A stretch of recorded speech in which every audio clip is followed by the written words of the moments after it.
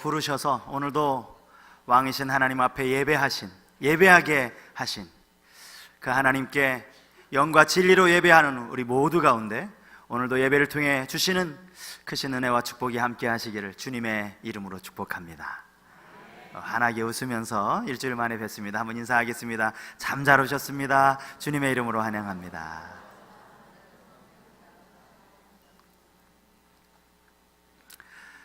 이런 옛날 이야기 혹시 들어보셨습니까? 어느 마을에 푸주간을 경영하는 김서방이 살고 있었습니다. 어느 날 양반 두 사람이 이 푸주간에 들러서 고기를 주문을 했습니다.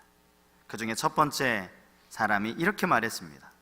어이, 이 백정아, 고기 한 근만 잘 썰어 와라.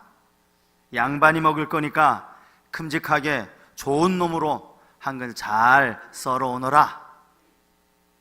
그리고 두 번째 양반이 또 김서방에게 이렇게 말했습니다. 김서방, 내가 오늘 좋은 일이 있어서 고기를 좀 먹으려고 하는데 좋은 놈으로 한 근 잘 부탁하네. 똑같이 고기 한 근을 주문을 했는데 나중에 바꿔보니까 이 양이 틀린 거예요. 첫 번째 양반이 이제 화가 났습니다. 아니, 이 백종놈이 아무리 배운 게 없어도 그렇지 같은 한 근인데 고기 크기가 왜 이렇게 달라? 큰 소리를 지르니까 김서방이 태어나듯이 이렇게 대답했습니다. 아, 그쪽 양반님께 드린 고기는 백정놈이 썬 고기고 이쪽 양반님께 드린 고기는 김서방이 썬 고기니까 다를 수밖에 없죠. 똑같은 사람을 대하는 데 있어서도 대하는 사람의 말이나 태도에 따라서 결과가 이만큼 달라질 수 있다는 그런 우스운 이야기입니다. 단순히 말 잘하면 고기 한 점 더 얻는다는 그런 의미 정도라기보다는 오늘 본문을 가만히 보면 그보다 훨씬 더 큰 차이, 엄청난 차이를 우리는 발견할 수 있습니다. 예수님께서 고향으로 가셨다는 말씀으로 오늘 본문이 시작이 됩니다. 예수님의 고향이 어딘지는 여러분 잘 알고 계시죠? 혹 예수님의 고향 베들레헴이라고 알고 계신 분이 계신다면 그건 잘못 알고 계시는 겁니다. 베들레헴은 예수님이 태어나신 곳이지 예수님의 고향이 아닙니다. 요셉과 마리아가 이제 호적을 등록하러 유대 땅으로 내려가던 길에 만삭이 돼서 어쩔 수 없이 아기를 낳은 그곳이 베들레헴일 뿐이고 그 뒤로 예수님은 30세 공생애를 시작하시기까지 바로 나사렛이라는 동네에서 자라셨습니다. 예수님이 바로 그곳을 이제 방문을 하신 겁니다.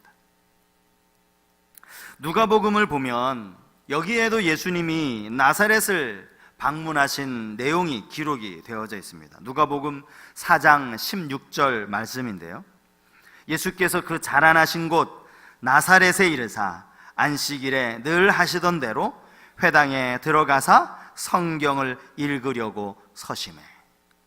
회당에서 말씀을 가르치셨는데 선지자 이사야의 글을 읽으시고 이 글이 오늘 너희 귀에 응하였다, 이 말씀을 하신 장면이 누가복음 4장 말씀입니다.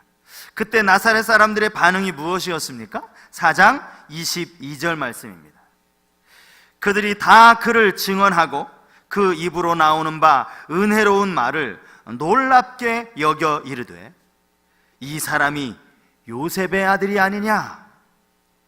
결국 이때에도 예수님은 고향 사람들로부터 환영을 받지 못하셨습니다. 성경학자들은 이 누가복음 4장에 나와 있는 나사렛 방문이 예수님이 이제 공생의 사역 초기였을 것이다, 이렇게 이야기를 하고 있고요, 오늘 마가복음 6장에 예수님이 나사렛을 방문하셨을 때는 이미 예수님이 여러 많은 사역들을 감당을 하고 계시던 사역이 한참 진행 중이셨을 때였다라고 그렇게 이야기를 합니다. 앞뒤 정황을 봐도 이것이 분명히 서로 다른 사건이라는 것을 알 수 있습니다. 그러므로 예수님이 지금 나사렛 자기 고향, 당신의 고향인 나사렛을 방문하신 사건은 두 번째 방문하신 일이라고 할 수 있습니다. 본문 1절을 보면 예수께서 거기를 떠나사라고 기록이 되어져 있는데, 여기 기록된 거기가 어디겠습니까? 거기는 가버나움입니다. 예수님이 공생의 사역 가운데 참 많은 이적을 행하셨던 곳이 바로 이 가버나움입니다. 우리가 앞에서 살핀 것처럼 야이로의 죽은 딸을, 회당장 야이로의 딸을 살리신 곳이 바로 가버나움이고, 12의 혈루증으로 고생하던 여인을 고치신 지역도 가버나움입니다. 이렇게 가버나움에서 많은 병자를 고치시고 또 많은 사람들로부터 예수님의 이름이 막 높아지고 있는 그 시점에 예수님이 왜 당신의 고향으로 가셨을까요? 우리 이제 다음 주에 추석 명절이라고 이제 고향들을 가실 텐데, 이때가 명절 때인 것 같지는 않습니다. 예수님이 물론 6월절 명절 때 제사를 드리기 위해서 그렇게 예루살렘으로 가셨겠지만, 그건 예루살렘이고 자기 고향을 방문하는 일은 성경도 명확하게 이것을 기록하고 있지 않아서 우리는 단지 추측으로만 알 수 있습니다. 예수님이 고향에 잠깐 들르신 이유는 그동안 사역에 너무 지친 나머지 이제 잠시라도 좀 휴식을 취하고 충전의 시간을 갖기 위해서 고향을 찾으셨을 것이다. 이 말도 틀린 말은 아닐 겁니다. 여러분, 도심지에서 열심히 정말 하루가 바쁘게 일하시던 많은 직장인들이 좀 쉼을 얻기 위해서 찾는 곳이 고향 아닙니까? 저 시골 고향에 가서 마음 푹 내려놓고 충전하고 오는 그런 시간, 예수님도 아마 이런 시간이 필요하셨을 것이다, 이렇게 이야기하기도 하고요. 또 하나는 그동안 가버나움에서 많은 사역을 하셨던 예수님이 이제 당신의 고향에 가셔서도 거기서도 말씀을 가르치시고 거기서도 복음을 전하시고 많은 영혼들을 예수 믿게 하기 위한 목적으로 예수님이 고향에 방문하셨을 것이다, 이것도 얼마든지 짐작할 수 있습니다. 본문 2절 말씀을 보면 후자 쪽이 훨씬 더 설득력이 있어 보여요. 2절 말씀입니다. 안식일이 되어 회당에서 가르치시니 많은 사람이 듣고 놀라 이르되 이 사람이 어디서 이런 것을 얻었느냐? 이 사람이 받은 지혜와 그 손으로 이루어지는 이런 권능이 어찌 됨이냐? 예수님은 회당에서 사람들에게 말씀을 가르치셨습니다. 이 일은요, 예수님이 늘 지금까지 해오셨던 공생의 사역 가운데 아주 중요한 사역 중에 하나였습니다. 마가복음 기자가 예수님의 공생애를 이제 처음부터 기록을 하면서 마가복음 1장에 보면 예수님이 제자를 부르신 이후에 바로 그 다음 행하신 일도 바로 안식일에 회당에서 가르치신 일이었습니다. 마가복음 1장 21절, 22절 말씀인데요, 그들이 가버나움에 들어가니라 예수께서 곧 안식일에 회당에 들어가 가르치심에 뭇사람이 그의 교훈에 놀라니 이는 그가 가르치는 것이 권위 있는 자와 같고 서기관들과 같지 아니함일러라. 이 지역은 가버나움입니다. 예수님은 가버나움에서 그렇게 하셨던 것처럼 동일하게 나사렛에 가셔서도 회당에 들어가 말씀을 가르치셨습니다. 우리는 여기에서 마가복음 1장 말씀과 오늘 본문의 말씀을 비교해 볼 필요가 있습니다. 예수님의 가르침을 들은 사람들의 반응이, 첫 번째 반응은 똑같은 반응이라는 것을 알 수 있어요. 그게 뭡니까? 놀라는 것이었습니다. 마가복음 1장과 오늘 6장에 기록되어 있는 이 놀라다라는 헬라어 단어는 똑같은 단어이면서 이 단어의 뜻이 정신이 멍해질 정도로 놀라다, 놀라서 충격을 받다, 경악하다, 이런 뜻을 가진 단어입니다. 그러니까 예수님이 그냥 어느 정도 말씀을 조금 잘 전하시는 그런 정도가 아니라 듣는 사람이 경악할 정도로, 깜짝 놀랄 정도로 그렇게 훨씬 더 강한 의미의 놀람이 오늘 본문에 기록이 되어져 있는 겁니다. 동일하게 놀랐어요. 그런데 그 다음에 이어지는 두 번째 반응에서 완전히 달라집니다. 마가복음 1장에서는 예수님의 가르침을 서기관들의 가르침과 비교합니다. 그러면서 예수님의 가르침은 그야말로 권위 있는 가르침이다 라고 예수님께 감탄을 합니다. 예수님께 존경을 보냅니다. 당신의 가르침은 저 서기관들과 같지 않다라고 그렇게 예수님을 칭찬합니다. 반면에 오늘 마가복음 6장은 어떻습니까? 그들은 이렇게 말합니다. 이 사람이 어디서 이런 것을 얻었느냐? 그들은 감탄하는 대신에 예수님을 의심한 것입니다. 그리고는 이렇게 말하죠. 본문 3절입니다. 이 사람이 마리아의 아들 목수가 아니냐? 이 마리아의 아들이라고 한 것을 보면 이 당시에 예수님의 아버지, 육신의 아버지 요셉은 아마 죽었던지 세상에 있지 않았던 것 같아요. 야고보와 요셉과 유다와 시몬의 형제가 아니냐? 그 누이들이 우리와 함께 여기 있지 아니하냐? 하고 예수를 배척한지라. 나사렛 회당에서 예수님의 가르치심을 들었던 사람들은 예수님의 가르치심에 놀라기는 했어요. 예수님의 가르침이 탁월하다는 것은 인정했습니다. 그런데 그 이후로 곧바로 예수님에 대해 호적 조사를 하기 시작했어요. 이 사람이 도대체 누구지? 이 사람에 대해서, 예수님에 대해서 조사하기 시작했습니다. 그러면서 그들은 대번에 이 예수님이 마리아의 아들 목수라는 사실을 금방 알아냈습니다. 그의 동생들 이름이 오늘 본문에 네 사람의 이름이 그냥 줄줄이 열거되는 것을 보면 아마 이 네 명의 동생들도 가깝게 잘 알고 지냈던 것 같아요. 그의 누이들은 지금 자기들과 함께 살고 있다는 사실도 알아냈습니다. 그리고 그들이 내린 결론, 예수를 배척한지라. 가버나움 사람들은 예수님의 가르침을 서기관의 가르침과 비교하면서 더 권위 있는 가르침이라고 예수님께 존경을 표한 것에 비해서 왜 나사렛 사람들은 똑같은 가르침을 들었음에도 불구하고 예수님을 배척했을까요? 예수님을 알고 있다고 생각한 겁니다. 그는 저렇게 놀랄 만한 가르침을 베풀 만한 지혜가 없는 사람이라고 생각한 겁니다. 왜요? 목수니까. 그의 동생들도 다 자기들처럼 그냥 평범한 사람에 지나지 않다라는 것을 그가 알고 있었기 때문입니다. 그래서 그에게서는 저렇게 놀랄 만한 가르침이 나올 수 없다. 저 분명히 어디서 베꼈거나 분명히 남의 것 가지고 그렇게 자기 것이냐 하는 것이다. 그렇게 예수님을 오해한 것입니다. 예수님은 오히려 당신의 고향 사람들에게 배척을 당하고 말았습니다. 그 이유가 무엇입니까?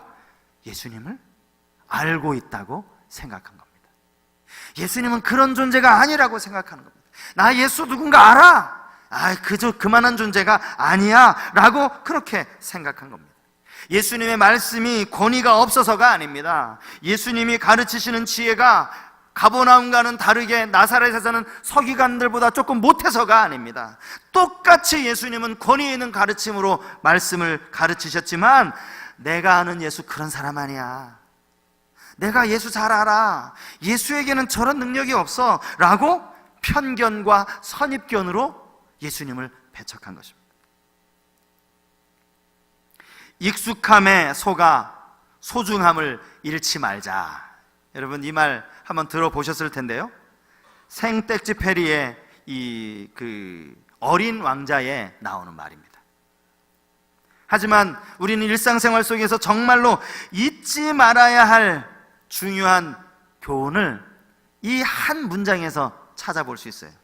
익숙함에 속아 소중함을 잃지 말자. 우리는 너무나 익숙하게 느낀 나머지 그것이 얼마나 소중한지를 잊어버리고 살아갈 때가 너무나도 많다라는 겁니다. 우리의 신앙도 그렇고 하나님의 말씀도 그렇고 예수 그리스도도 마찬가지입니다. 혹시 우리는 지금 나사렛 회당에 모여있는 예수를 좀 안다고 말했던 그들의 모습이 아닌지 우리 자신을 한번 돌아볼 수 있기를 바랍니다. 여러분, 익숙하다는 말은요, 여러 번 반복해서 적응이 되어진 상태를 일컫는 말입니다. 같은 동네 이웃에 함께 살다 보면 당연히 서로 얼굴도 여러 번 마주쳤을 것이고 그렇게 인사를 하다 보면 서로에 대해서 익숙해지지 않았겠습니까? 하지만 여러분, 그렇다고 해서 내가 그 사람을 안다고 말할 수 있어요? 내 옆집 라인에 산다고 해서 내가 그 사람 안다고 여러분 말할 수 있습니까? 나사렛 사람들의 눈에 예수님이 익숙했었는지는 몰라도 결국 그들이 가지고 있었던 그 익숙함이 예수님을 제대로 알지 못하게 만들었습니다. 그분이 어떤 분인지, 어떤 분이시길래 그분의 입술에서 저렇게 탁월한 가르침이 나오는지 그들은 알지 못했습니다. 아니, 알지 못했다라는 말보다 더 정확하게 말하면 그들이 알고 있는 예수님에 대한 아주 얄팍한 지식 때문에 예수님을 더 이상 알려고 하지 않았어요. 예수라는 사람은 그런 사람 아닐 거야. 제가 지금까지 목회를 하면서 느끼는 안타까움이 바로 여기에 있습니다. 교회를 오래 다닌 신자일수록 이런 경우가 훨씬 더 많습니다. 교회 생활은 너무 익숙합니다. 10년, 20년 다녀보니까 너무 익숙해지는 거예요. 교우들과 서로 관계를 맺는 부분도 시간이 오래 지나다 보니까 너무 자연스럽게 관계는 잘 맺습니다. 그런데 사실은 그것 때문에 그분들의 신앙이 자라지 못하는 그런 안타까운 모습들을 제가 여러 번 보게 되는 겁니다. 여러분, 교회 생활과 믿음 생활이 결코 같지 않다는 사실을 여러분 명심하시기 바랍니다.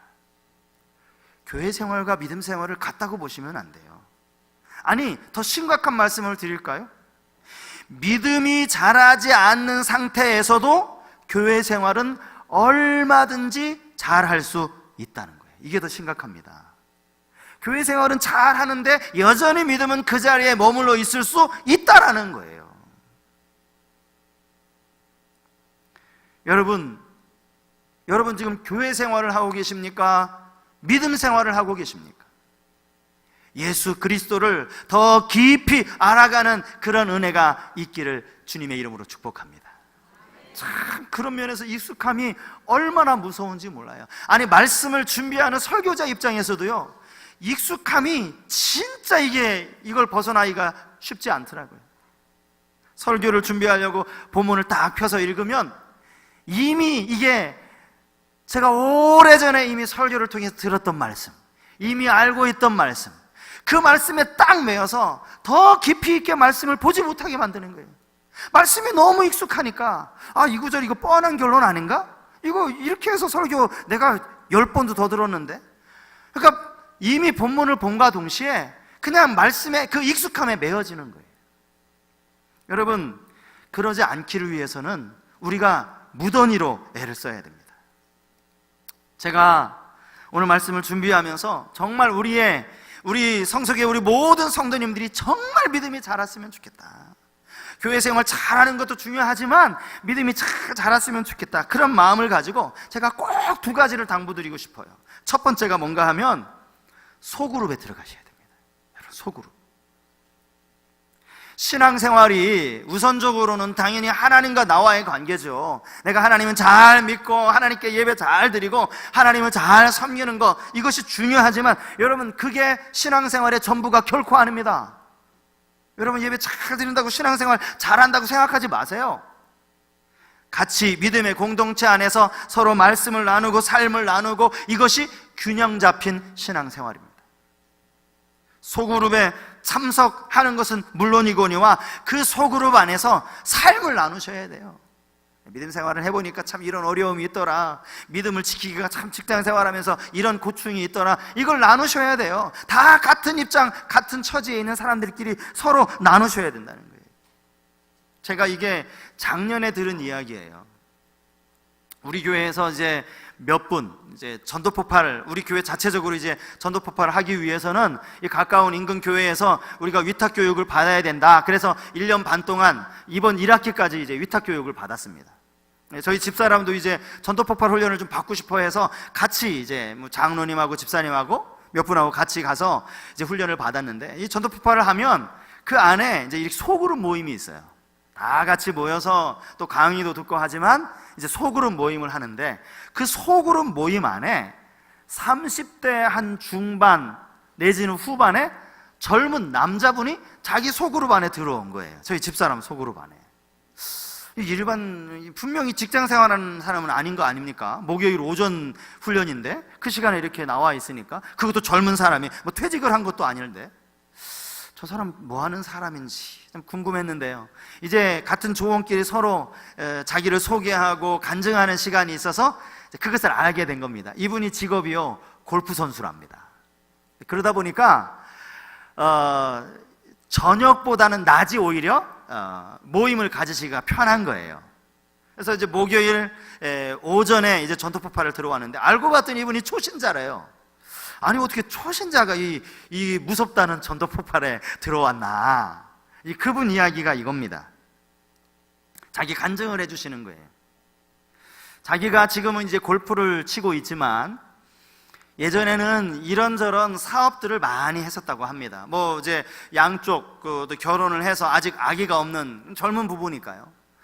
뭐 처가 쪽도 그렇고 본가도 그렇고 아주 집안이 그래도 꽤 사업도 하면서 아주 잘 나가는 그런 집안에서 뭐 이것저것 해보지 않은 게 없답니다. 그런데 계속 하는 것마다 이게 잘 안 되는 거예요.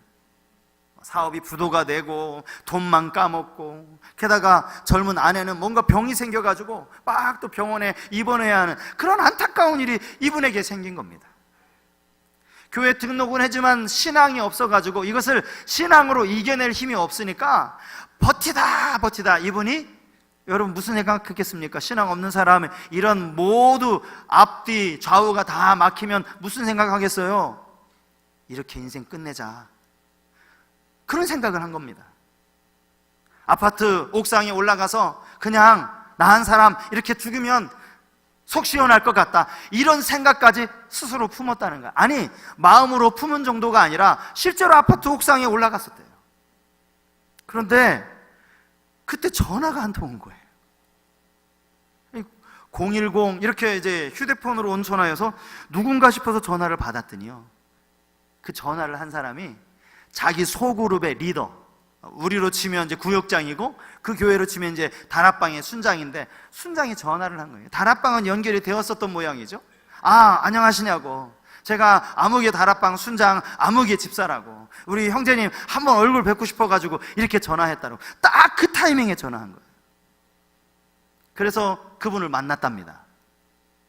만나서 이야기를 하고 실제로 소그룹 모임도 나갔대요. 이분이 하는 말이에요. 참 이게 간접으로 전달하는 거여서 그분 한번 모시고 와야 되는데, 이 가깝게 사시는 분이니까 그분을 진짜 모시고 한번 와야 되는데, 그분이 이런 말 하는 거예요. 아, 여기 이제 그 남성 이제 소그룹 모임이기 때문에 이거는 대부분 다 평일 저녁에 하거든요. 목요일 저녁 7시 반쯤 모이는데요, 새벽 2시가 되도록 안 떠난대요. 집에 갈 생각을 안 한대요.